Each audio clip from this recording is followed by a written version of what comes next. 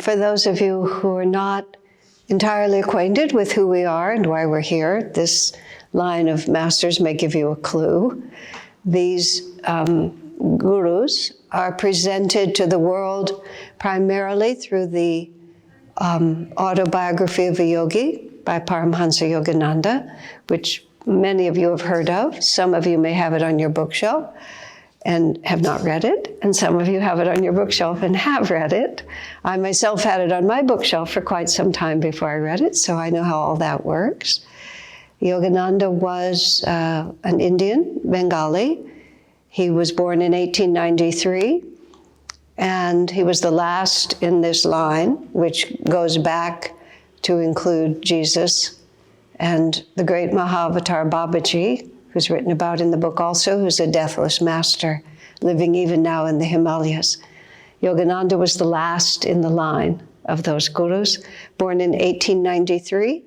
At the age of 27, he was called by God and Guru to leave India and to come to the United States. He settled in Los Angeles, had a church in Hollywood, and spent the rest of his life there. With the 1 year and a half, he went back to India.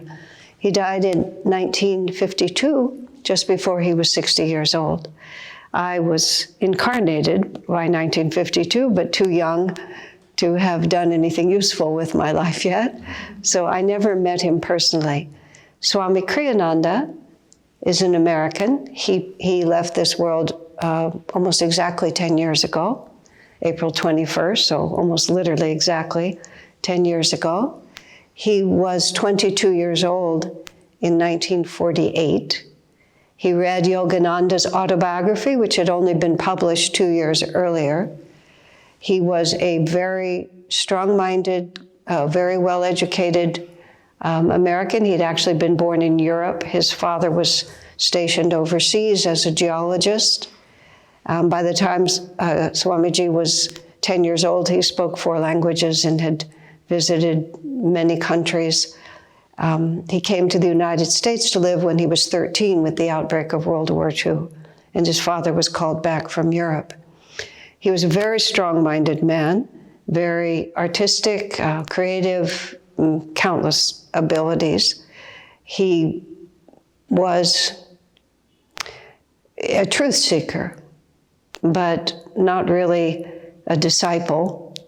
He was very much driven by his own sense of what was right and what was wrong, and what was true and what was worthwhile, until he read Autobiography of a Yogi. And he made a very interesting comment about that book. He said about himself, Kriyananda said, I always felt that I lived in a world that was entirely my own world, meaning that his consciousness, his perception of reality, even though he had a loving family, he had siblings, he had friends, he never felt that anyone was quite in the world that he lived in. But when he read Autobiography of a Yogi, he realized that he and Yogananda inhabited the same world. And so even then, in 1948, that was long before the sort of diaspora of Indian gurus around the planet.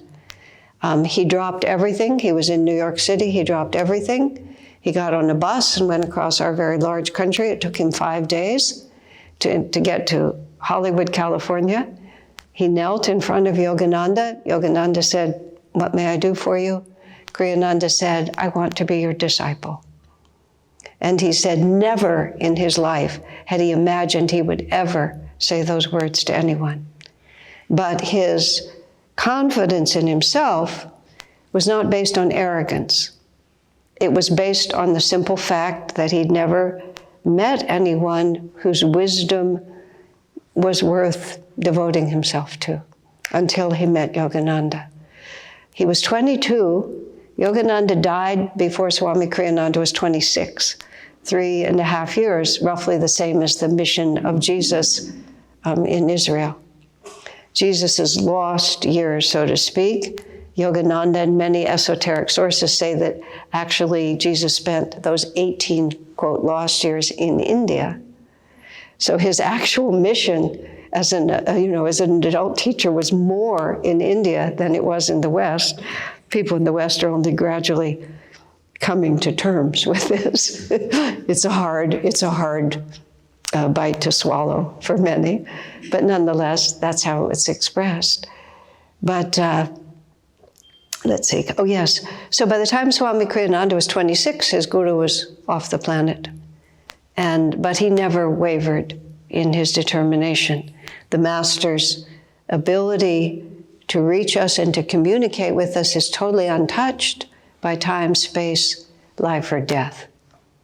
Now, many years ago, there was a disciple of Yogananda's, a brother Turiyananda, who was a very strong, outspoken, wonderful man. He lived in Los Angeles. And someone came to the temple where he was conducting services and said, well, I'm impressed by Yogananda, but I need a living guru.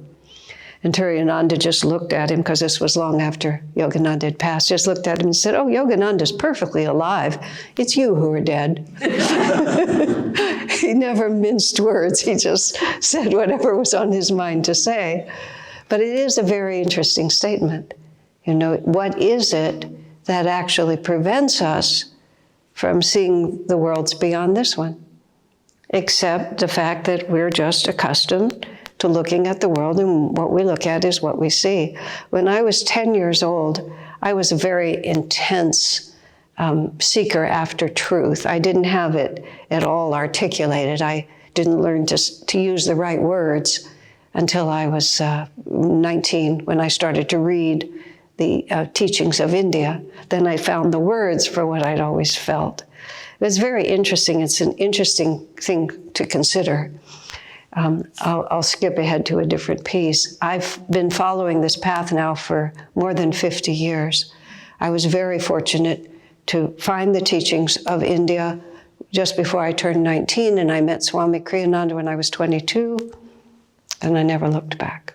And I haven't, not for a moment, been anything but absolutely delighted with my choice and utterly grateful to God. I thank God every day, fall on my knees every day, and thank God for rescuing me from a life that I didn't know what I was going to do with until this was presented to me.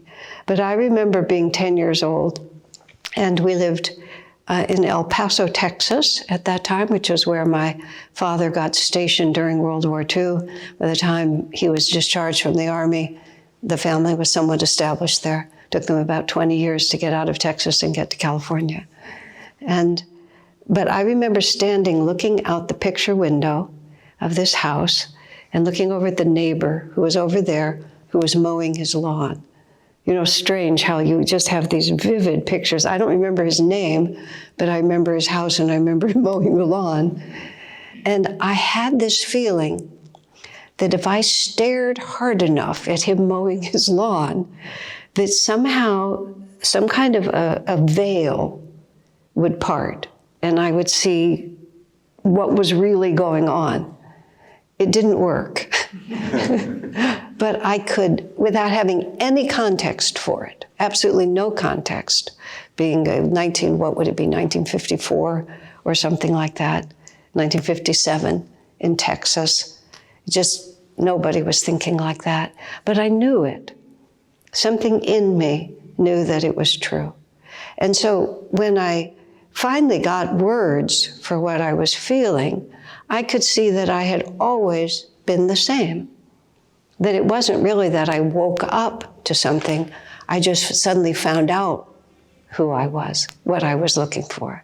I remember when my mother scolded me when I was about 2 years old, in the back seat. We were in the back seat of the car, and my older brother, my sister wasn't born yet, my older brother was a terrible tease, just terrible. And he somehow got us both all riled up, so my mother had to turn around. My parents were very fair, so there was nothing inappropriate, and she scolded us. I was very sensitive. I didn't like to be scolded, so I kind of collapsed into my little self like that and crawled onto the floor of the car and curled up, like this. But I remember thinking that I was only upset on the surface. I mean, at 2 years old, I didn't have the word consciousness. But I knew that there was the outside of me, and then there was the unchanging part of me. And that if I went deep enough into myself, I would be in the part that wouldn't be upset because my mother had scolded me. Isn't that interesting? And I remember it very vividly. It's one of my earliest memories, having that understanding. Don't ever underestimate the consciousness of children. They don't have language. They don't know how this world works. But consciousness and intelligence are completely intact. It just doesn't yet have this way to express it. If one can understand what they're thinking, often it's quite profound, even if undeveloped at that point. So many years later, when I was living where I presently live, Nanda has several communities on the West Coast of the United States. We have a community in Europe. We have several places in India now. When I was living where I live now, which is in Palo Alto, California, right where Stanford University is, this woman became interested, one of the students at Stanford, and she became very interested in our teaching. But she was very nervous because there were many things she wanted to do with her life, and she was afraid if she became too interested in meditation and thinking about life from a different perspective, then she wouldn't get to do the things that she wanted. Be successful in the world, have a family. I tried to reassure her that none of those were precluded, but this was her concern about it. Later, what she did was she married, she had a family. She was Jewish, and she went to Israel. So that's how she ended up expressing her idealism, which is a very laudable way to do it.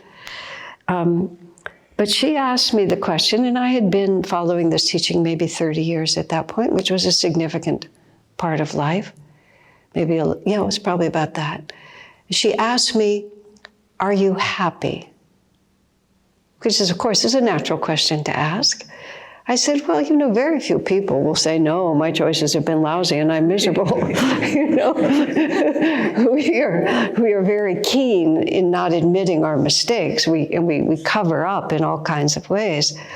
So I said, that I understand that's a very real question, because my ambition in life was always to be happy, but not just to be happy in the sense of not ever to face any difficulties, but to be happy in the sense that I could cope courageously and victoriously with what life gave me, which is a different kind of happiness. Okay? I said, but nobody's going to admit to you that they're not happy, so that question really won't tell you what you want to know. I said, here's a more interesting question for you to ask. And honestly, I'd never thought about it, so I said that to her. I said, I was a very, very idealistic young person. I said, ask me if I've ever had to compromise my ideals. And I said, no, never. I've had sometimes to understand what my values are on a more subtle level. So that's not to say that I've held the same position all the way through. In fact, meeting Swami Kriyananda was so entertaining. Yogananda says that life should be, the purpose of life, he says, is to educate and entertain us. Okay? Most of us are not entertained, and even fewer of us are educated, but that is what the point is. And I don't mean college degrees. I mean understanding on a deeper and deeper level, who am I, what causes suffering, and what brings happiness. What is lastingly real and therefore worth devoting myself to. So as I have deepened in an understanding of what Yogananda and Kriyananda have taught, I've often seen that what I was reaching for was the wrong form for what I really wanted. I'd always planned to have many children. I grew up in a Jewish family. When I found myself in my 20s as part of a monastery, I was living in a monastery. Believe me, that doesn't exist in the Jewish faith. You families, and you have as many little Jews as you can, just like the Catholics. You just make lots of families. Excuse me, I'm not being rude. I'm just talking about how we think about this. Be fruitful and multiply is taken quite literally, right? That was my intention. I never ever even considered living a monastic life, not having children of my own, all of that. But I wasn't deprived. I was perfectly happy. I had just understood this as my ideal, and then I understood this as my ideal, and then I understood this. And in every one, I never felt like I was leaving anything behind. I was just always expanding beyond it, right? I remember once when as it happened, I was in Texas, but it was a coincidence that I was there. And in some context, I mentioned my Jewish upbringing. And because, well, this picture of Christ is a painting. Sometimes we have a more recognizable picture. But some man in the audience decided to heckle me. I'm very hard to heckle because I'm very quick-witted. But he was heckling me, and he was accusing me of abandoning my heritage. And that was an interesting question. I always like it when somebody asks me something I haven't thought of. No, I said, I haven't abandoned anything. I've just incorporated more into it. It's just, I don't feel that anything that has been true has been left behind. It's just that I understand the unity and the potential, and the expansion is actually the right word. Because you see, that's what we're talking about. What happened to me at a certain point was that I realized that where my suffering was coming from was in answer to the question, who am I? I was just answering that question in such a small way. My age, my gender, my background, my cultural, we were not religious Jews, but we were culturally Jewish, and I still claim that because I know that I am. And just all these different things, but all of them defined me as separate from so much else. You know, just everybody looking at everybody and recognizing them in a certain way, and you're that, and I'm this, and you're this, and I'm that. And the feeling inside of me that I was always living in a package that was just a little too small. And what Swami Kriyananda, what Yogananda's teachings, what the practice of meditation, of yoga, of everything that I've devoted all these decades to, has shown me is that all of these limitations are not true. Now, of course, self-evidently they're true. I have one body, I have one age, one physical age, one set of parents. You know, all of those things are still like that. But who am I in the midst of it? Now, we're talking today about transforming consciousness, so I want to help us all understand that. Also, we get onto the spiritual path, especially, you know, the path of self-realization, and we start talking about the word ego as if it were a curse word, you know, that, you know, I'm trying to overcome the ego. Oh, it's just ego. If it wasn't for my ego, we say words like this. Sometimes, unfortunately, when we use words that are so commonly used, we don't actually remember anymore what they mean. And nowadays, I remember a few years ago, the word karma, watching in the United States, these Indian concepts coming in. Guru has completely lost its meaning. You have knitting gurus, you have cooking gurus, you have financial gurus, and now the word avatar has also been taken over. Don't ask me if I've seen that movie. I can't bear to go to it because of the use of the word. So anyway, but it's all coming in, which is all great. English is just wonderful. It'll just co-opt anybody's words. It doesn't have any sense of respect, any word that can be used. So I was in the grocery store. And this was a number of years ago when they used to have a lot of paperback books in the grocery store. You know, people shopping, and you see something that you like. So there was this book, and it was I think it was a Harlequin romance series. It was a series of romantic books that were there, stories. And there was a picture there, and there was this woman, and she looked totally conflicted. And on one side, you saw this handsome man of a certain type. And then on the other side, you saw this other handsome man of a completely different type. And you could see she was caught in the maelstrom between them. And then the little thing said, was it Eleanor's karma to be with Edward? And I thought it was the best and the worst news that I'd seen, you know. Or was her karma to be with Richard? I never read the book. I just laughed at the cover all by myself in the grocery store for a long time.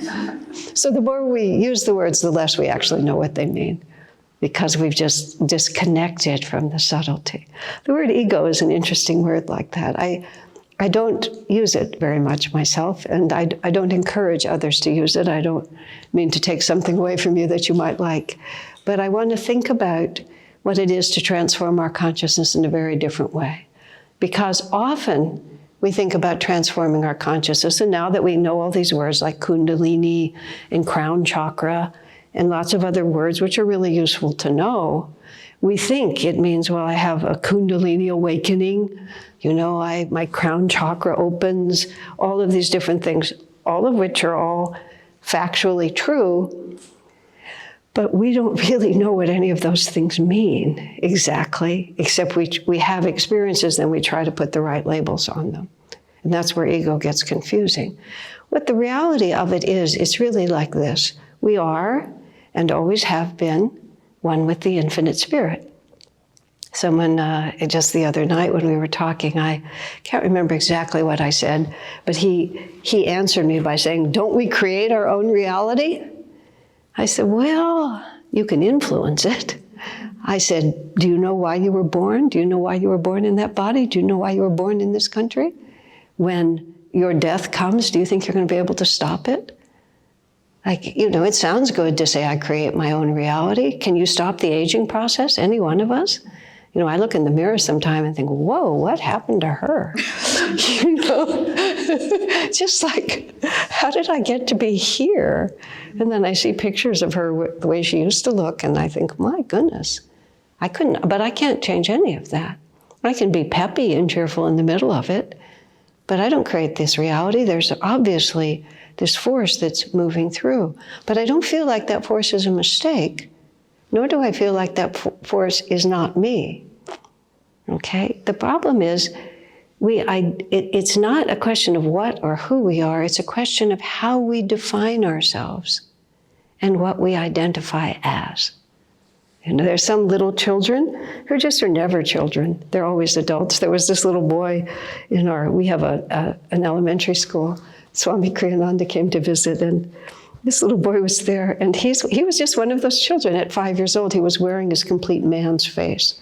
He didn't yet have whiskers, but his face was a total man's face. He just never, clearly, he never has accepted the fact that he's a child. He's living in a child's body. He's very well adjusted as a child, but deeply within him, he's clearly still just a man. And Swami even said to him, oh, you're not a little, because the boy said, I'm in kindergarten. Swami said, no, you're not a little boy. You're an old man. And the little boy kind of went, You know, like you and I share this secret, but I'm not going to tell my parents because they think I'm cute and small. But you know, it's like that, isn't it? When I was 10, now I was a very cheeky child, and some people would say I've never changed. But and my parents, when I was 10, I fell in with bad companions.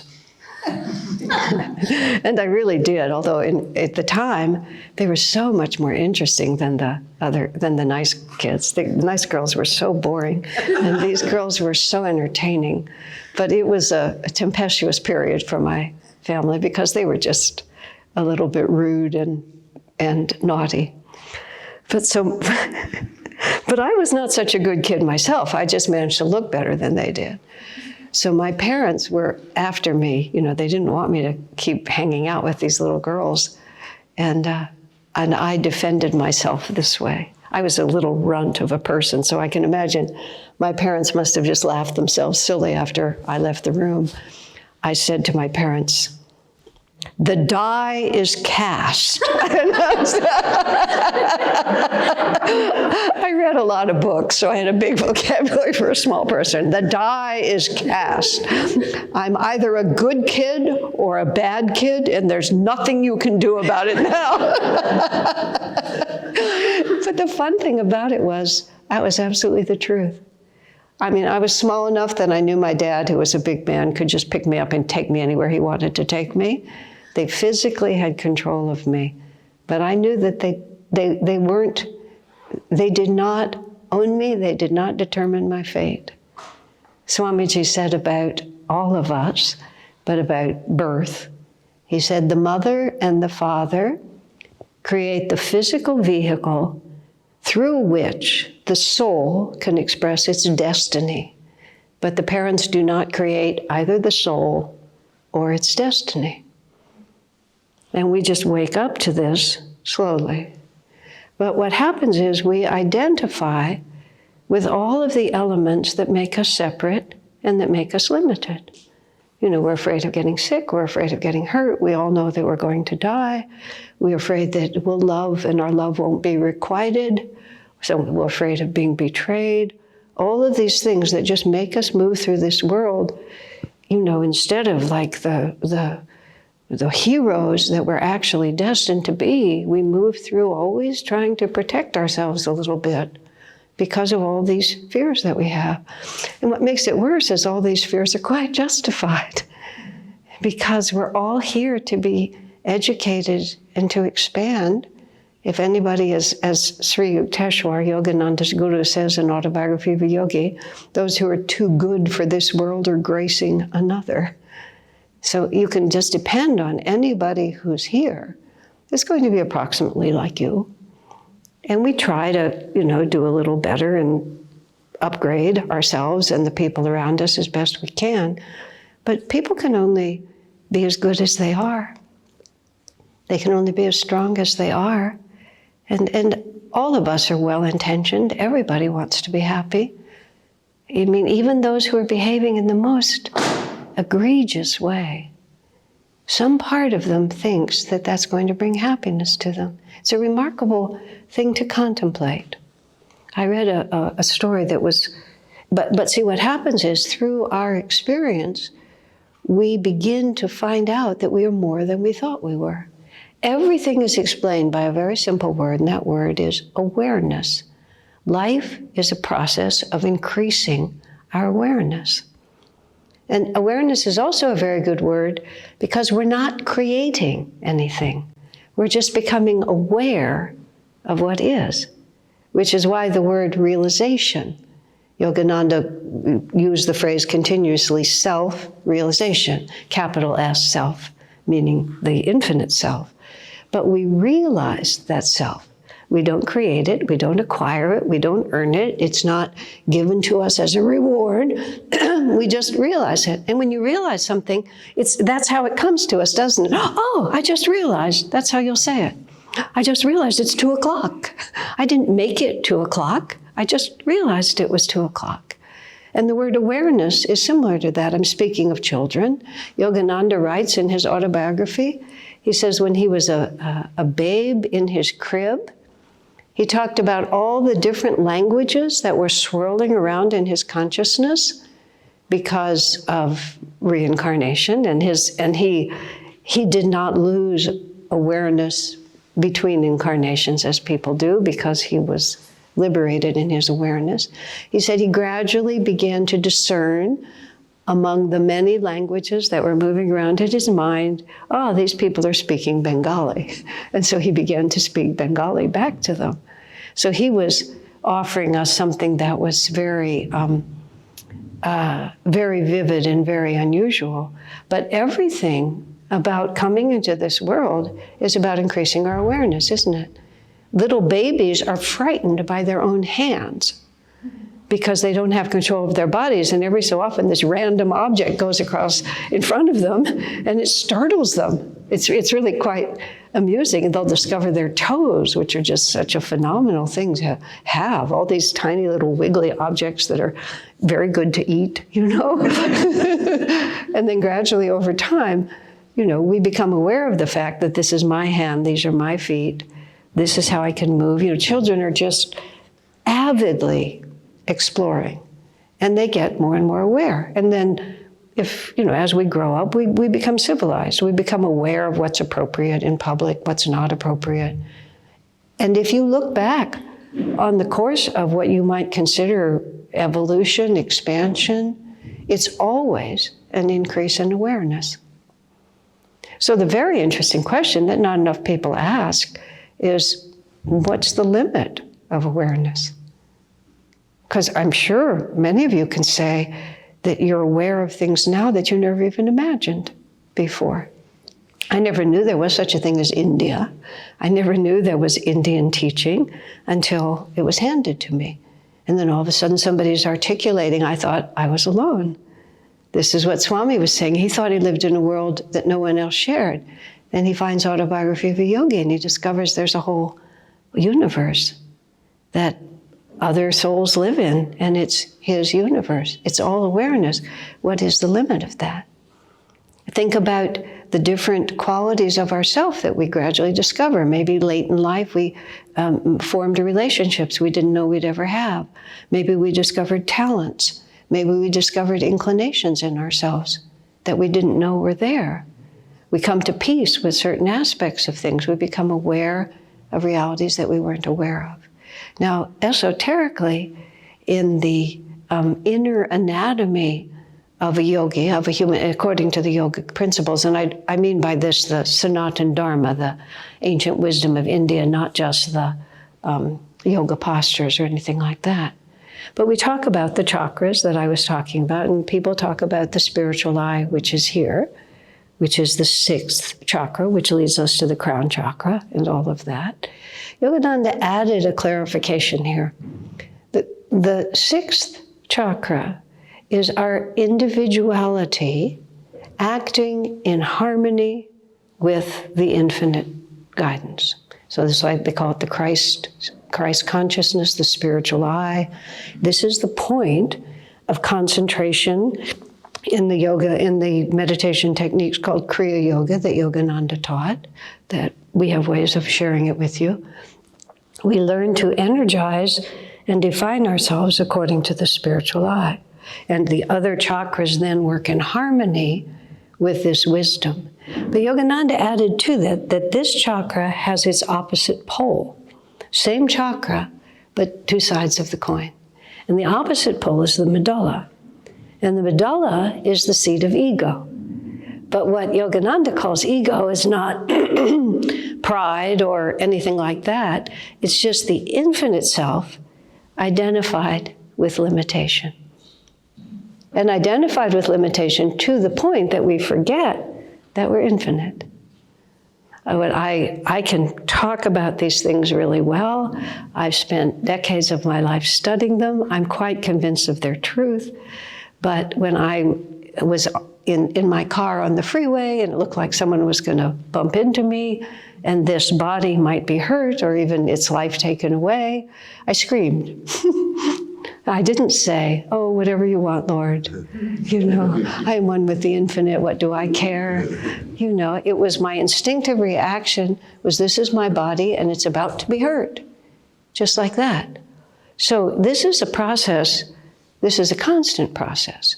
But when wonderful things happen to me in the life that I live, and some of them are quite amusing, when I was at the beginning of forming the community that I'm a part of now, and we had a small room that was our temple. Now we have a beautiful temple, but we had a small room that was our temple, and I was the primary spokesperson. So most of the services, most of the classes were all given by me. And this wonderful man, who's a very good friend of mine, came in and he sat down in front of me and he said, many people find you inspiring, but I don't. Whatever caused him to think that was a good thing to say to me, I don't know. But he said, but I don't. But I was so pleased with myself because my first response was one of absolute compassion. I said, oh, you poor man. I said, I talk all the time and you have to sit and listen to me. And afterwards, I was so both pleased and amused because it didn't occur to me to say, well, yes, I am. Yes, I am. Who are you to say? Any of those things. I just thought, oh, you poor man. And later I thought, isn't that great? Individuality, I knew who he was talking about. It was still me. But his suffering was important to me. And I was going to sort of help try to figure out how we were going to solve this problem. It wasn't you, but it was one of our musicians. And so he had to be there to sing all the time. So it wasn't like he couldn't come. But that's when I had a dream once. I had this, dreams are so interesting because I don't really know what this means, but it was a wonderful dream. It was time for me to die, and I was going to die by having my head chopped off. And it was going to be chopped off by one of these ancient sort of, battle axe looking things that you see in cartoons. And I was in this big empty room, and there was kind of a chopping block there. And there was a friend of mine, a very nice man, strong enough to wield the battle axe. And we were just chatting, and he was there to cut my head off, and I knew he was there to cut my head off because it was time. And, we chatted for a bit, and then he picked up the battle axe, and he said, well, okay. So I put my head down like that. and just as I put my head down, it crossed my mind, this could hurt. Just like, before then, I'd been perfectly relaxed about the whole thing. This could hurt. And then I remembered that this has been verified by many death and return experiences, but Yogananda said, if the soul sees that the body's going to become non-functional very soon, it will leave just before the point of impact. So with my head here and with my friend raising the battle axe like this, I decided this would be a good point to leave. So I just pulled out of my body, this is all a dream, bear in mind, pulled out of my body, started floating up above, and could see the little scene down there where I still was, and he had the battle axe raised. And I just said, bye-bye, Asha, bye-bye, like that. And then at that point I woke up. But again, I thought to myself, that's wonderful. Isn't that wonderful? Just to be fearless, to be free, to just say goodbye. I wasn't trying to get out of anything. I wasn't trying to escape, but it was time for change. Why should I resist? Am I only what I know right now?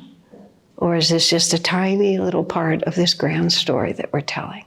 So what Yogananda describes to us is all of spiritual change is shifting our sense of self-definition from the limited self, which is ego is a word for it, but with limitation, I define myself by expansion. Now, this is easy to say, but it's not so easy to do. In my dream, I let my body go very lightly. In my waking hours on the freeway, I was quite alarmed that it might even be hurt instead of just being able to say bye-bye, Asha, just so lightly like that. So the question is then, what do we do about it? And what we have to come to understand, which is really simple, well, Yogananda put it really beautifully. He said, take care of the minutes, and incarnations will take care of themselves. We tend to sort of stand back and think about grand changes and big shifts and all of this, but actually, our consciousness and our experience is formed right now. With what we're thinking, and then what we do in the next minute, what we do in the next minute, what we do in the next minute. Every single thought, every feeling, every action, every word that we take is always affirming a certain reality.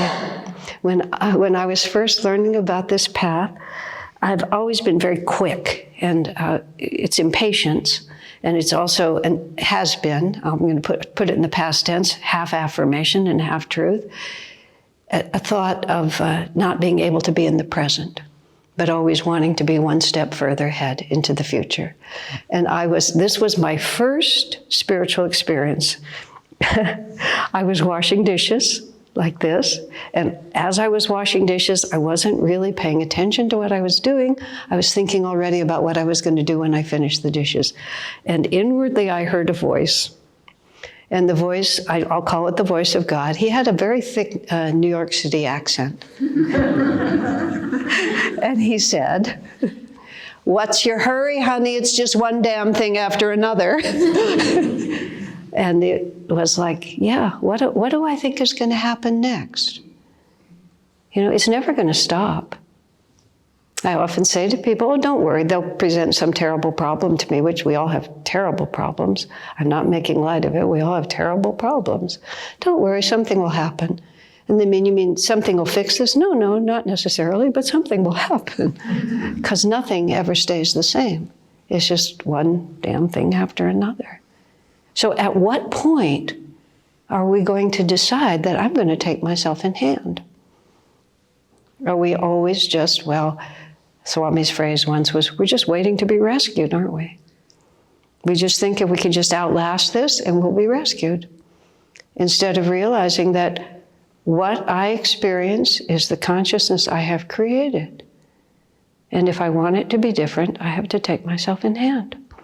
I mean, from those words, you know, whoever he was or it was speaking to me, it's really been one of the guiding principles of my life, which is if I'm not able to focus and be involved and content in this minute, why do I think it's going to be different 2 minutes from now, 5 minutes from now, 10 years from now? We are just the accumulation of every decision we make. If this is all the esoteric, I mentioned this to many of you the other night, of the chakras. The chakras are the non-physical delivery system in which our consciousness accumulates and is carried from physical body to physical body. And if you're interested, you can go onto my YouTube channel and type in the word chakras. I talk about it a lot. But every ounce of energy that we put out stays with us as a vibration. And it's a vibration of an affirmation of what we think is real, who we think we are, where we think happiness comes from, where we think suffering is coming from. And the wonderful, wonderful news is it's just an energy pattern. It's not a big, heavy building like this at all. It's just an energy pattern. And it was an energy pattern we accumulated. We just kept putting money into that piggy bank. And all we have to do is open it and start pulling the coins out and putting them into something else. And we can just become someone else. And we can become more and more of who we really are, so that our instinctive reaction becomes, I don't have to be afraid. I don't have to protect. And that where does my happiness come from? From protecting and taking care of myself, or from identifying with a greater reality, from realizing myself for who and what I really am. Now, meditation, yoga practice, selfless service, generosity of heart, all of these issues, all of these ways, this is the whole enormous system of transformation. But what we're really just trying to work with is to just redefine ourselves. You know, an interesting way to think of it is a person who has behaved terribly, even done terrible things, if they reform and start behaving differently, they become different. They don't have to die. They don't have to get a new name. They don't have to do anything. They just have to, what? Change their consciousness. And all of our experiences in life are to give us the opportunity to be more and more aware of who and what we really are. There was a very touching story that I read in a magazine in the US, and this woman, her daughter had been murdered. You know, just the worst things that you can think of. And this happens to people in this world. And so her daughter had been murdered. The man who did the murder was, whether he was on drugs or whatever it was, he just killed her for the money in her purse. And he was arrested, he was tried, he was convicted, he was sent to prison. But the woman, the mother, the bereaved mother, just could not get over it at all. Like, she got no satisfaction from the legal system, from justice being served. And she could tell that she was going to kill herself with her anger. She was going to make herself sick, and her life was going to be miserable. So in desperation, she went to the prison where he was and arranged to see him. She just didn't know what else to do. She started talking with him and visiting with him.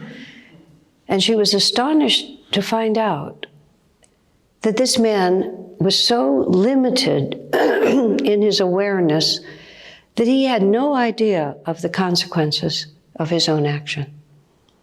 She had money, he wanted the money, she was in the way, he got rid of the daughter, he got the money. I mean, you would think such a person would be evil, but he wasn't evil. He was just completely unaware of the consequences of his actions, even the idea of that he would end up in prison. He just was unaware. And of course, the story goes on. She became like a mother to him, because when she was sitting in front of him, he gradually began to be aware of the consequences of his action and began to reconsider, who am I? Where does happiness come from? What causes suffering? And she was freed of her hatred, and his life was changed from that. Now, it's a very dramatic story, but all of us, haven't we all been through things where at a certain point we just realize something we didn't know before? And after that, we can never be the same. Now, that happens automatically through many incarnations. That's why we reincarnate. Swami Kriyananda said we reincarnate because of longing and regret, which is a really interesting thing to think about. Everything that you regret, that you want another chance to do it better, and everything that you didn't get, but you think you'll be happier if you can have it. And so how do we transform our consciousness? We pay attention. There was a man named Stephen Levine, and he was a pioneer in conscious dying. And he ran seminars for people who had terminal diagnoses. And of course, these were I never participated in them, but I read some of his books about it. These were, of course, very emotional times. And they would begin their week-long retreat, or whatever it was, by those who were going to die earlier than they expected, at least by the doctor's announcement. They would make a list of everything they would miss out on if they died early. You know, maybe I'll never get married, maybe I'll never have children, maybe I'll never have grandchildren, maybe I'll never write the great American novel, whatever it might be. And everybody would weep, and it would naturally be heartbreaking. And so they would think that was the point. And then the next day, they would make a list of everything they get to be rescued from, because they're going to die. They'll never have to actually file for bankruptcy. You know, they'll never have to live as a divorced person. They'll never have to grow old. They'll never have to figure out their relationship with their children. You know, and that is the list that they really worked with. What am I waiting to be rescued from? It's a very interesting question. I was, again, you know, and I'm telling you these personal stories because I want you to understand how simple it becomes at a certain point. You begin to, and what I mean is how progress really happens. Progress does not happen with a big explosion of this and a complete change of that, sometimes, but very rarely. Usually that is what I call boing back yoga, which is you stretch it out like one of those little paddle wheels, you know, with the elastic bungee cord sort of thing, and then you swing it way out, and then it boings back and hits the paddle. So we get this big dramatic thing going, and then we boing back because there's no structure. But the structure is built very slowly, like you suddenly notice that your first thought is for others and not for self. So at one point I read that, and I thought, that's so interesting. I think I'm going to try that. So I tried to think about the things that I was going to be rescued from. But because of my profound belief in reincarnation, there was nothing I could be rescued from. Because if I didn't face it now, I was just going to face it now later. Because that's the thing about later, is that when later comes, it's now. So there's no point, in other words, there's no point in which we're not conscious and we're not individual. And there was nothing I could put on that list. You know, I mean, if I die without finishing certain things, of course, that's one thing, but I wouldn't be any freer just for having not had to face them. So what we have to do to really transform our consciousness is very deeply embrace the implications of the way life really is. Instead of just being really annoyed, just annoyed, I want it to be different. If we want it to be different, it's completely up to us. But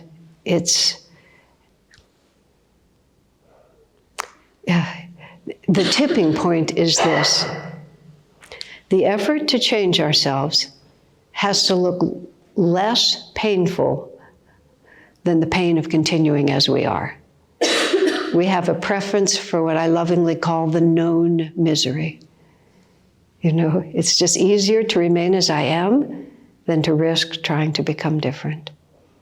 And no one can help you at all until you yourself reach that tipping point. It's not that I'm miserable, but I know that this is not all there is and I want more. And we move toward that. Does that make sense? Okay. I'm going to stop and ask Dambara to sing a couple of songs for us, and then we'll take questions, okay? Guide me, Lord, throughout this day, in all I do, in all I say.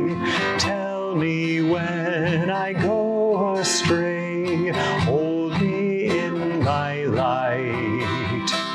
Help me see that happiness comes not with wanting more but less. Teach me all my friends to bless, hold them in thy light. Guide me, Lord, throughout this day, in all I do, in all I say.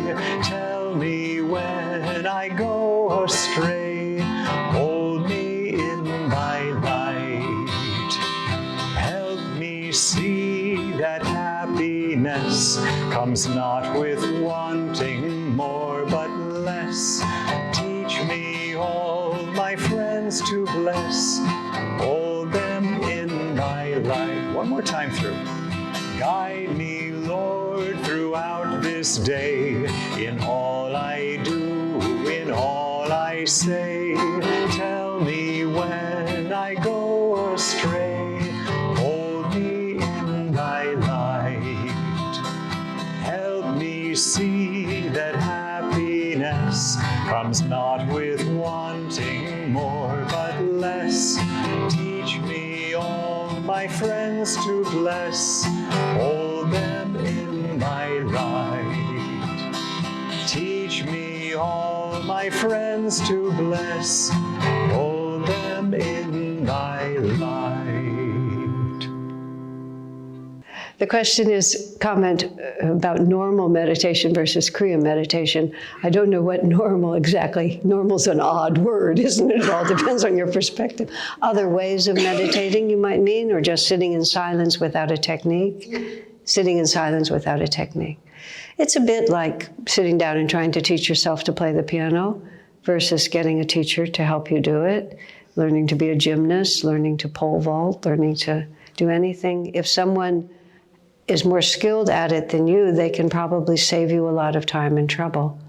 It's a little confusing because we think of meditation as being natural, and we think of the possibility of the inner experience being individual and mine by right. So we do feel a little bit like, why do I need to ask anybody how to do this?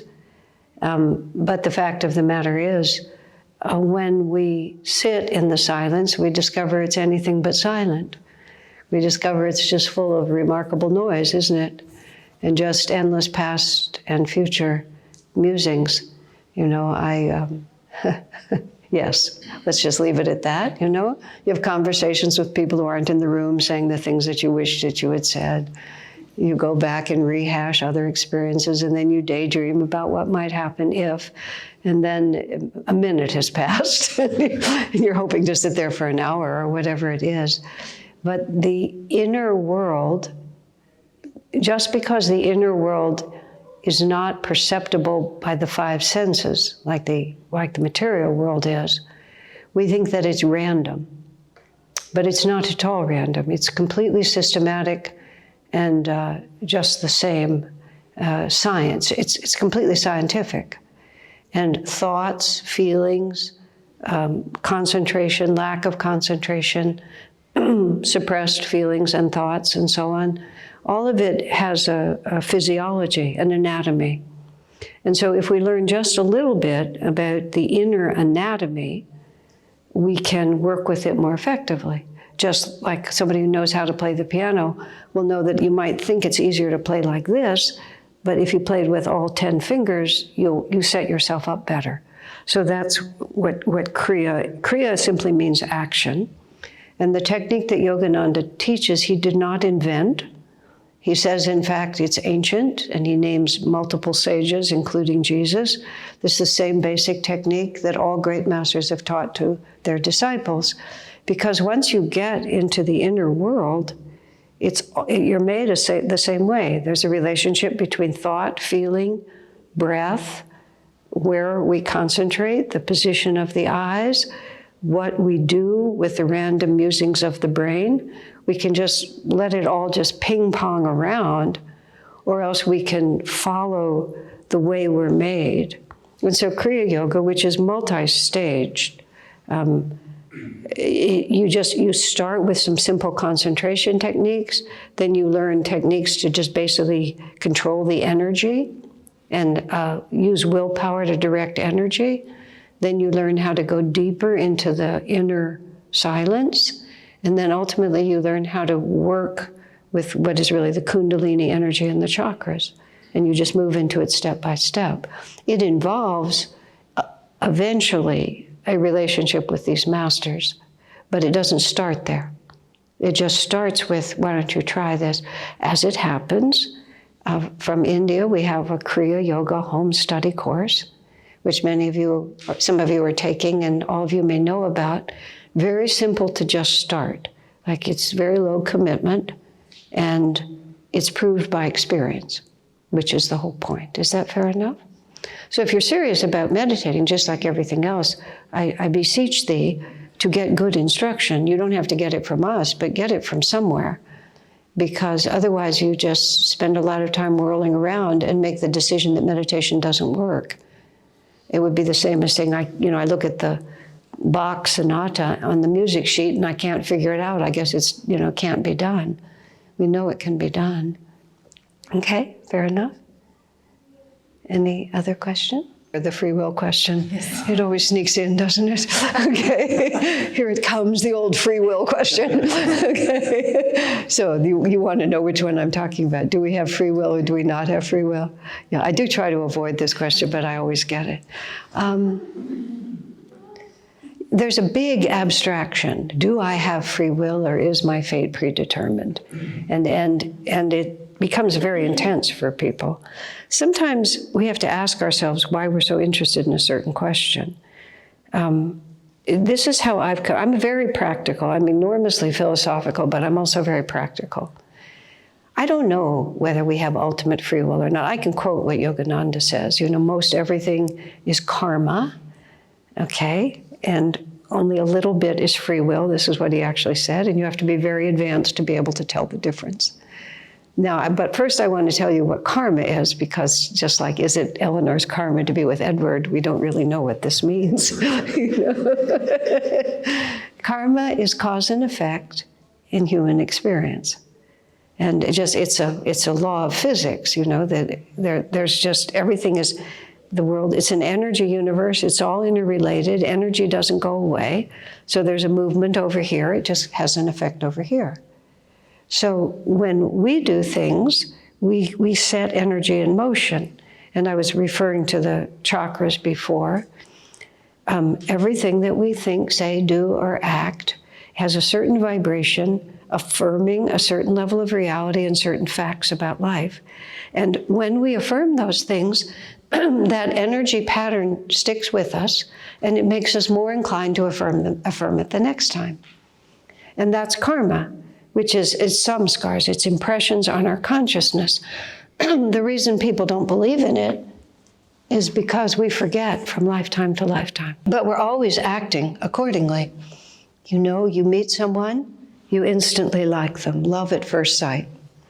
Love at first sight is not first sight. That's all. This is just, oh, there you are again. Traveling, as I have been doing, I mean, I look at lots of you and I say, oh, there you are again. You know, I've never met you before in this body, in your body, in this body, but am I this limited body, or am I the stream of consciousness that has been in and out of many different bodies? And karma is just the accumulated momentum of all the decisions that we've made up until now. And even when you want to be different, I will not eat that cookie. I will not eat that cookie. I'm not going to eat that cookie. Oh, I'll just eat one cookie. I mean, and that's a very small issue. Think how many times you say, I'll set the alarm for 4, I'll get up at 4, I'll do an hour of meditation, an hour of yoga, and I'll run 3 miles, and then I'll go to work. And at 4, you think, maybe I'll set the alarm for 6. You know, why is that? We've made up our mind, but there's momentum going in a certain way. And we find that we have to consistently work to shift the momentum. We can shift it, but there's a force that's already in place. So it's not exactly not free will, because we ourselves created the momentum. The idea of not having free will is like there's somebody up there just pulling the strings like this. When I was in high school, this extremely talented man who went on to win prizes in New York as a set designer, he made marionettes with strings. And I was his partner, and we would go around to a lot of different schools and we'd do these marionettes.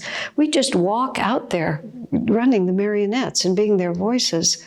And the children, I said to him the first time we did it, John, nobody's going to be fooled. He said, watch, you'll see. Children just looked at the marionettes. They never looked at us. We were there pulling all the strings. They didn't exist except for us. We weren't even behind a curtain. We were just walking around with the puppets.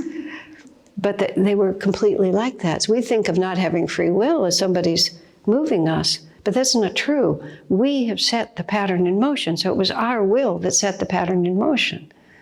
So it was our free will that set the pattern in motion. Not free because stupid, you know, not informed, but it was all of our decisions. And so if we want to change, we're in a perfect position to change. It's just that you can't, when you're going 100 miles an hour, you can't stop just by saying, oh, stop. You have to put out commensurate energy in a new direction to the energy you put out in the old direction. Now, that's not entirely mathematically so, because there's something called the grace of God, that once you want to elevate yourself, you start swimming with the current of the river. And so you're still having to swim, but the current is also moving you instead of going against your own interests. Now, the other part I was going to say to that is, we all know that how we spend our morning affects how the afternoon goes. It's just as simple as that. If you just go to bed and do nothing but eat chocolates for about 3 weeks, you know, there will be a certain consequence to that. So our own actions obviously affect our experience of life. We see it all the time. You allow yourself to give free rein to your anger and your temper, and pretty soon, golly shucks, you don't have any friends. You know? Was that free will or was that destiny? Well, somewhere in there you started making them all really unhappy and they all went away. Now, why did you make them unhappy? Because somewhere along the way you thought that would make you happy to behave like that. So beyond that, I can't really say, but in a practical way, it's self-evident that our own actions affect our destiny. And the reason we can't answer the question absolutely from the cosmic level is because we don't have the consciousness to understand that question. Vivekananda said when someone asked him something like that, maybe it was the free will question, he said, the level of consciousness that asks the question does not have the sufficient awareness to understand the answer. And so I know that's a cop-out, that's why I don't say that first, but that's how I feel about free will. From a practical point of view, I know that my actions affect my destiny. Ultimately, absolutely, I don't know. I mean, the masters are pretty draconian about how that momentum binds us. But I prefer not to think about it, because I do find that if I behave according to my highest ideals, my life goes better. And actually then I say, what more do I need to know? Anything else I need to know will be given to me at the time I need it. Fair enough? Okay. Yes, sir. I would like to know the levels of consciousness that you mentioned.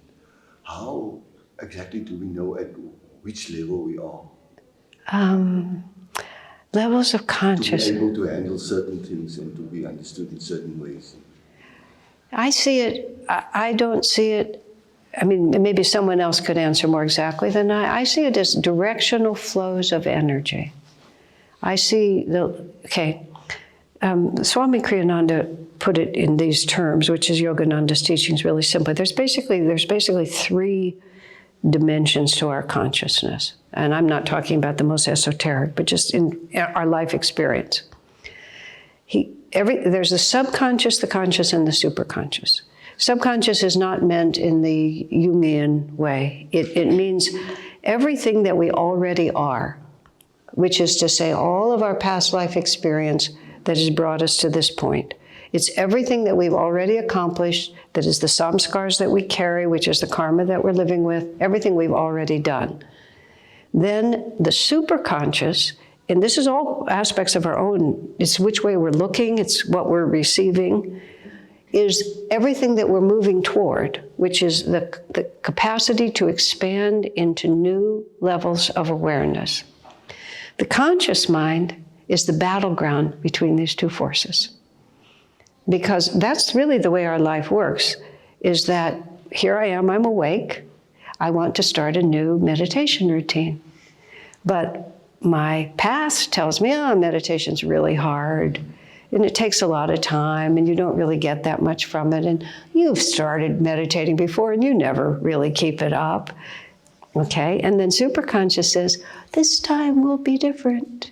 This time it's really going to work. You remember it's a wonderful thing, and the conscious mind just doesn't know where to go. It's just caught between those two forces, okay? And so every minute, when I was talking about moment by moment, it's like, do we choose to just continue as we've always been, or do we make a sincere effort to draw into our life new, creative, more expansive ideas than what we already have?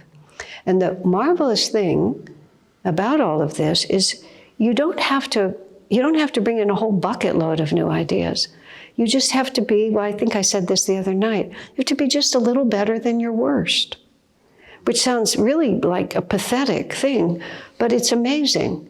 Superconscious always takes more energy than subconscious, because subconscious is just repeating what's already known.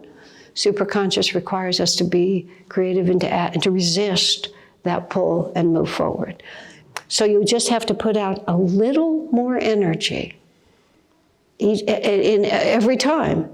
You know, it's like, well, I often use a very trivial example because it's me. I like to cook. I don't mind washing dishes. I'll do laundry. Every other aspect of housework to me is, I am never so bored that I would want to do it, ever.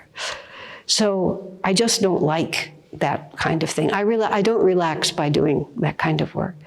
So oftentimes my kitchen, when I go to sleep, the dirty dishes are still there. I'm not a woman who can't sleep when there's dirty dishes in the sink. I actually have friends who are like that. I pity them, but I'm not like that. But often when I'm about to just go upstairs to my bedroom and I see the things, I remember my own formula. I'm not going to actually clean up the dishes, but I'll at least stack them. And that may sound small, but in every circumstance, if you put out just a little more good energy than your first inclination is, you actually gradually totally transform your consciousness, believe it or not. You know, and every time you really want to be angry with someone and you wait 5 minutes, and instead of screaming, you just speak in a very strong, definite voice, that's a little better than your worst. And you begin to pull yourself out of your subconscious and move yourself towards your superconscious. And then because everything is dual, there's always a top and a bottom, and you just gradually bring the whole thing up. You see? That there's always a bottom, but the bottom gets a little higher. And trust me, over the course of many days and many years, you'll become somebody else. Because you're making new grooves. You're making new energy for yourself. Most people do not change because they want a single dramatic moment of change. And the hard problem is that it's the patient application of willpower. The patient application of willpower. 3 words, please don't forget them. Oh, and here's 2 others. Don't quit. So you have 5. Okay? Okay. Questions are, if Swami Kriyananda was still living, what would I ask him? And what do I remember of what he said? Well, how many words have I spoken? They're all his. I was very fortunate to meet him young, and I worked closely with him for many years, all the years of his life. Less so as the years passed because he was in other countries and so on. For the first 16 years, I lived where he lived and saw him every day. And I have a very good memory for what he said. It's a gift. And I thought very deeply about everything he said, so about most of what he said. I don't want to exaggerate. So I've integrated it. I've lost track of what he said and what I know now, but I know that everything that I understand and believe is true, I learned from him. So I can't really make a line like that. But there are, of course, specific helpful things he said. God reads the heart is something he said to me that's been very important, which means that happened when I did something that showed very poor judgment, even though I meant well. You got to believe me, I meant well. But it was very poor judgment, and I was very upset. And he said to me, God reads the heart. You are responsible. You cannot be responsible for how people receive what you offer, because they have their own free will to make that decision. But you are totally responsible for your intention. That's what he means, for the intention of the heart. I'm sure all of you have been through this, where it seemed like it was such a good idea and it just proved to be such a catastrophe. It was just not received properly. So that's meant a great deal to me, because how do you get good judgment? By experience. How do you get experience? By bad judgment. So I've lived through a lot of that. So that thought of his has been very powerful to me. But I would have countless others. If I could ask him something, the questions I asked him so many questions when he was alive. I've written 2 books about him. So the major one is called Light Bearer. I have a website called Asha Joy, which are simple to remember. Asha Joy, my name and the word joy. And you can find the books that I've written. I wrote a very big, I go like this, it's a big book, a big biography of him, which was basically my lifetime assignment. He told me when I was 24 that he wanted me to write about him. I worried about it every day, every single day, until I finally did. I published it when I was 72, so that was a lot of years to worry. But as a consequence of that, he answered a lot of questions for me. And I didn't realize until much later that he was doing that. He was making sure that I understood. So the major unasked question, I saw him in March in India, and I was going to go with him to Romania, which was the country where he grew up. He was going to visit Romania in June, and I was going to go with him. And he died in April, so we didn't go. During that period of time, this is very complex, but you asked, I started reading about the life of Jesus. I have a lot of heart for Jesus. It's very, very important to me. And I read about the disciple Thomas, and I read some esoteric sources where before Jesus died, Jesus told Thomas that he wanted Thomas to go to India after he died. And so Thomas went to the south of India, and the reason that there were Christians in India was because St. Thomas went. And so there was so much about St. Thomas that reminded me of Swami Kriyananda. I really wanted to ask him, if he had any sense that might have been a previous life of his, and I never got to ask him. And I would really like to know, because I keep spreading the rumor, and I would like to have it. But I did not have unfinished business with him. Because he was 86, he was in very poor health. We all knew that he could pass at any moment. I definitely thought, just for no reason, I just had this picture in my mind that we'd all hear that he was dying, and that we'd all meaning hundreds of people around the world, we'd all just parade through his house, for months. Like when Ramakrishna died, he moved into the garden house at Kasipur, and all the disciples came. I always had that picture. Instead, he died in 15 minutes. I got a phone call. He was in Italy, where he was. I got a phone call at, I think, 11, that he was having trouble breathing, and I got a phone call at 11:15 that he'd passed. But thank you, God. I don't feel like I had unfinished business. I was very curious about Thomas, but I have made it a strong policy to try to stay current, because you never know when you or the people around you will leave, and I just don't want to have longing or regret if I can avoid it. Let me phrase it differently. God knows I have enough of that, so I don't want to create any more, right? So I was very careful with him. Yeah. Interesting question. That's why this is so much fun for me. And anything else? Except the free will question. Don't ask that one again. Yes. Back to the free will question. Oh, we're going to back to free will. Okay, I'll take it. So, I guess from what my understanding is, our actions do influence our destiny. We do influence our destiny? Absolutely. We create our own destiny. Uh-huh. What about the time when we exit this plane? Do we... You mean in this incarnation or from the very beginning of creation? This kind. Okay, the question is, if we do influence our destiny, what about how did the whole bloody thing begin in the first? And when does it end? That is the question. That's actually the question that Vivekananda said, the level of consciousness that asks the question can't understand the answer. Why did God make creation? And the basic response I have is, I haven't the foggiest idea. And I don't have any idea how it really started or how it's ever going to end. Oh, you can read the scriptures. The Indian scriptures, lots of saints and masters have told us. None of it makes the least bit of sense to me. I can't possibly understand it. So this is how I think about it. I know what I'm supposed to do today. I know what actions and decisions cause me greater suffering and which ones cause me greater happiness.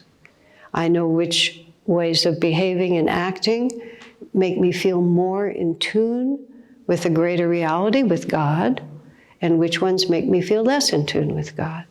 So I don't necessarily need to know, how the road looks all the way to the end, because where I'm standing, it's perfectly obvious that I need to move my right foot, then I need to move my left foot, and I need to move my right foot. And each time I do that, the road opens up a little more to me. I'm much less ignorant than I used to be. But that doesn't mean that I can answer a question like that, because it's just so far beyond my pay grade. But if I do nothing, because that question, I can't answer it, I'll just continue to suffer. I've always been exceedingly practical. The first time I had my heart broken, which of course we've all had our hearts broken, I just was weeping and weeping and weeping. And then I finally realized, and I'm not making light of it, I was really grief-stricken. I realized that what I wanted did not exist and would never exist. And therefore, if I continued to cling to it as a source of my happiness, I would have to weep for the rest of my life. And that seemed a little impractical to me, because I didn't want to do that. So I had to not rebel against reality, but adjust to reality. And so I began to adjust. And it wasn't a diminution of ideals, it was just being practical. A lot of times on the spiritual path, people are standing here And they're demanding answers to questions over there and making their forward progress conditional on those questions being answered. I don't think that's a practical way to be, because the reason we don't understand the answer to those questions is because we have to develop our realization and our intuition. And we will not develop either our realization or our intuition by folding our hands and refusing to move until that which we are not qualified to understand is revealed to us. If you can follow all those different dependent clauses, whatever it was. So I think it's not only important to look up to the horizon, but it's also very important to look at your feet. Very often people will come and say, because I've done so much counseling over years, well, I went to the psychic, and some psychics are very talented. I went to the psychic and she said, I'm supposed to be a healer. I said, great. I said, what kind of healing are you interested in? Healing. Are you interested in physical healing? Are you interested in mental healing? Do you want to work with children? Are you interested in death? Well, the psychic said I'm supposed to be a healer. So like, what methods are you studying?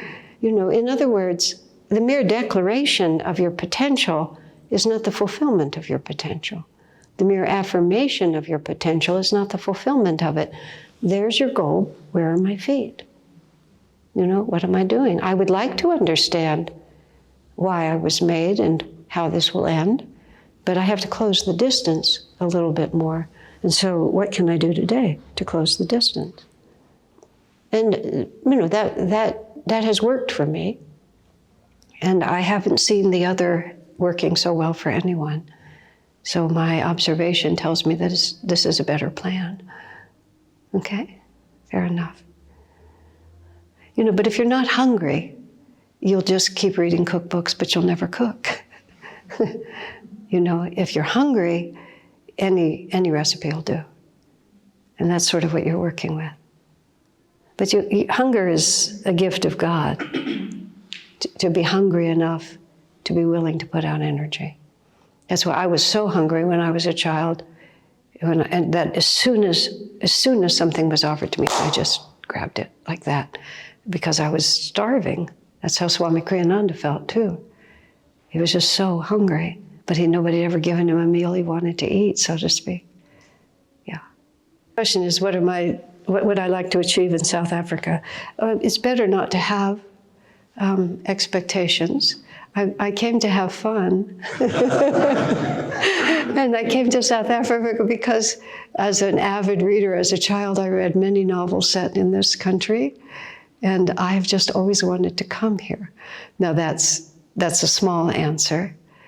I and all of the group that's traveling with us, Shankara, Dambara, Rehant, Amrita, well, it's the nature of joy to want to share itself. This is a partly answer to your question. Swamiji had a genius for taking a very elevated idea and bringing it down to something we could comprehend. When people say, why did God make creation? And God is bliss. And it's the nature of joy to want to share itself. And you think, well, that sounds pretty noble, doesn't it? But think about it. You go to a restaurant you really like. Nowadays, you take a picture and you post it before you even eat it. Because you think it'll be more fun to consume it if everybody else knows that it's happening. You tell people about it. So part of it is, I am so grateful for what has been given to me. I feel like I have a debt to the universe that I can never fully repay, which is to speak to anyone who is willing to listen to me in the hope in my heart that just even a little bit of what Swamiji gave to me will be transmitted and will be able to turn your life as my life has been turned. And I find that more fun than anything. When I say it's been fun, that's what I mean by fun. It's been fun because I've met so many sincere people, and I've seen a light in your eyes that says, oh, this could be important to me. As for what else could happen, I don't know. I think it's very interesting, isn't it? And do you have sages here in South Africa? Say again? Do you have sages? No, this is the first time. Well, in 1991, two friends came and Anne and Martin met them in 91 it was, wasn't it? That was the first time anyone from Ananda had been to this continent, and we're the second time. So you can tell there hasn't been a lot of traffic back and forth. But now that we could, we could do, it's kind of up to you guys. And please leave your name and email with us. And we've certainly had fun, and I've been sending little reports out around the world, so you don't realize that all of you now have friends all over the planet, and they're all just as happy as can be that we're here and we're all in this together. So I don't know. If there's enthusiasm and energy, then more will happen. And there will be some effort from Shankara and Amrita, especially from India. I'm just basically, I just ride along. I'm the UPS package. I don't know if you have the United Parcel Service here, but I don't really know what's going on. They just tell me.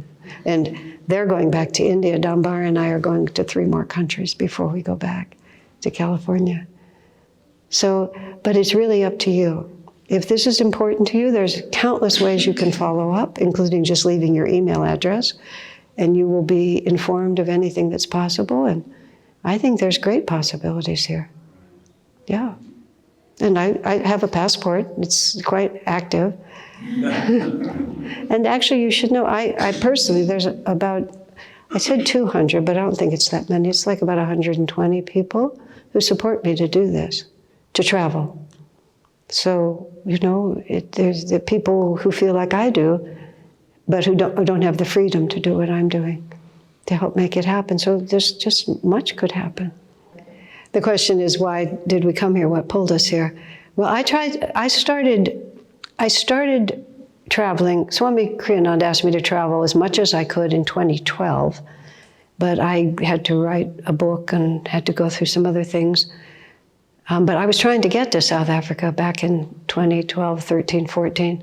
But I'm not a person who can just walk into a country I've never been to and expect Jesus to take care of me. I don't have that kind of faith. And we didn't have any we just didn't have any contacts. Nobody could put it together. During COVID, Shankara and the monks that he works with had already created the Kriya Yoga Home Study Course. And a lot of people during COVID from South Africa got involved with Amrita and Shankara. And Shankara is a friend, and he called up and said, "Would you like to go to South Africa?" I said, "Yes, I've been trying to get there." For one reason also, you speak English.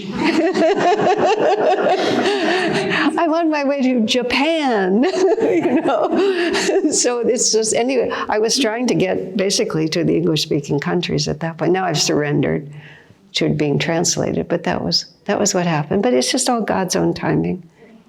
Now there's quite a few students of the Kriya Yoga course, and people have been extremely generous here and in 2 other cities to just pull something together for us. So we've come for that reason. That's why I say it partly depends on all of you. I'll go anywhere that I can serve, and we all feel the same. This for us is fun. Best is fun.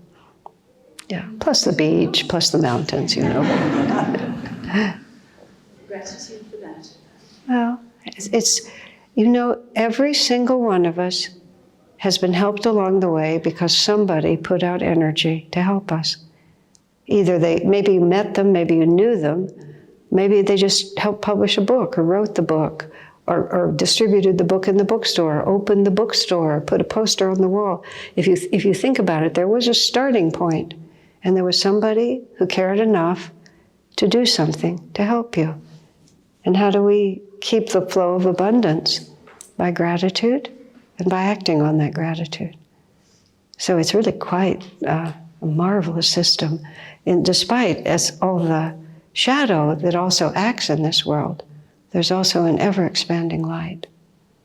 And that's the superconscious versus the subconscious. Exactly. The more you stand in the superconscious, the more that light becomes you. The question is about Swami Kriyananda's personal experience with Yogananda, if there's anything I could say. I'll talk about it from several angles. Swami Kriyananda's written a book. We ended up with no books here, but we have lots of books. They're published in India and they're published in the U.S. And so they're not hard to find. And almost everything is on Kindle or audiobook, so you don't even have to deal with all of that. He wrote his own autobiography in 1976, very early. It's called The New Path. First half of the book is how he came to meet Yogananda. The second half of the book is what it was like to live with him. And there's very few, considering how many thousands of disciples he had, very few disciples who knew him personally have written about their experiences. So it's really a treasure. So first of all, I highly recommend that. Then he secondly wrote a biography of Yogananda toward the end of his life, which is called Yogananda Biography or something like that. This is not an anecdote, but this is something that I only really recently came to realize. In our community, which was many hundreds of people by the time he passed, he was the only one among us who had ever met Yogananda. We were all a generation younger and we never had. So he was always the representative in a very different way than anyone else could be. Okay, he never made any of us feel that the fact that we'd never met Yogananda when he was in the physical body was in any way an impediment to our attunement with him, to our receiving his grace, to being his disciples, to just being as close and as living in our relationship to him as Swami Kriyananda was. That was just the facts. And then many years later, after, practically in the last year or two of Swami's life, he was in India and I was there with him. I've never lived anywhere but California, but I would go where Swami was and spend a week or 2 weeks or 3 weeks. So I was there and he was giving a satsang. And this one woman named Shivani, we were asking questions. She said, "What was it like for you when Yogananda died?" Because he died quite suddenly, much younger than anyone thought he would. He was not quite 60. Swami Kriyananda was scheduled to travel to India with him that year. I mean, everything was in motion. And Yogananda died at the end of a speech. He was giving a speech in Los Angeles at a banquet honoring India's ambassador to the U.S. 1952, India just became free of colonial rule in 1948, I believe, or 47. So the Indian ambassador to the U.S. as an Indian and not as an Englishman was a really big deal.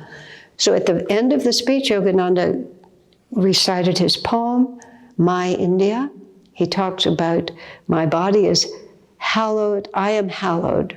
My body touched that sod, that meaning that country. That word became a long drawn out sigh and he fell over and his heart had stopped and he died. So it was just like, everyone. Swami Kriyananda was there in the room. He writes about this in his book. Yogananda had told Kriyananda that he was going to write a book about him. He asked him to write a book. So Kriyananda was always taking notes. So he wasn't looking, he was writing down, and he heard this collective gasp in the room. And he looked up and realized that Master had fallen over. The man at the table next to him said, "Oh, he's fainted. And Swamiji had had an ambition to be a playwright. And he said, "No, he's not fainted." He said, "It's just too dramatically perfect. He's left his body," which he had. He was gone. That was that. Just like that, because he just stopped his heart and exited. So this woman, friend of mine, said to Swami, "What was it like for you when Yogananda died?" And I realized that in all the years I'd been with Swami, I'd never heard anyone ask him that question, and I never heard him respond to it. And it just never crossed, it had never crossed my mind to ask him that. And Swami did this thing that he sort of does sometimes. He said, he just looked at her very seriously. She was a very stalwart person, so he didn't have to coddle her mood. He said, "That's a very personal question," just like that, And she was unfazed because that's who she was. She was just unfazed. And then he he looked at the ground, and you learn to read the silences with Swami. He looked at the ground. He would have this way of looking at the ground, kind of off to the side like that. And then he looked up again and he said, it was heartbreaking, like that. And that, I realized, was the first time in 45 years that I had realized that his never referring to the loss of Yogananda's physical presence was a deliberate decision on his part.